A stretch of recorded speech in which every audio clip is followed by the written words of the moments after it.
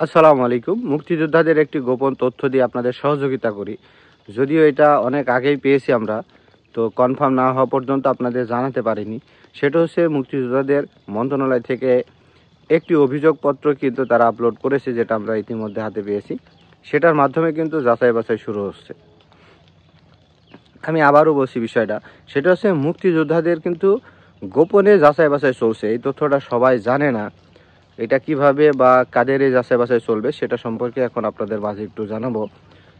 সেটা হচ্ছে মুক্তিযোদ্ধা মন্ত্রণালয় থেকে একটি অভিযোগপত্র দিয়েছে। সেটা আপনারা যে কেউ অভিযোগপত্রটি ডাউনলোড করে প্রিন্ট করে নিতে পারেন। আমার ডেসক্রিপশনে লিঙ্ক দেওয়া থাকবে সেই অভিযোগপত্রের।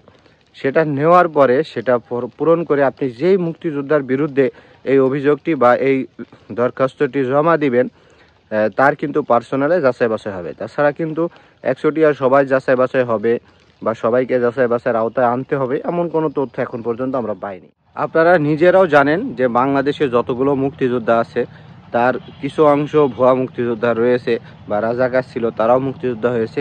তো সেইগুলো যাচাই বাছাই করার জন্য কিন্তু মূলত এই ফর্মটি দেওয়া। এই অভিযোগপত্রটি আপনি যার নামে আপনার কাছে মনে হবে যে এই ব্যক্তিটা, আপনি জানেন, তো আপনি যেহেতু নিজে যুদ্ধ করেছেন সেই জন্য যারা ভুয়া মুক্তিযোদ্ধা সেগুলো কিন্তু আপনারা দেখলে বা আপনারা জানেন আপনার এলাকায় কে ভুয়া মুক্তিযোদ্ধা, তার বিরুদ্ধে আপনি এই অভিযোগপত্রটি দায়ের করবেন। তার সাথে সাক্ষী থাকবে, মিনিমাম 3-4টা মতো সাক্ষী রাখবেন।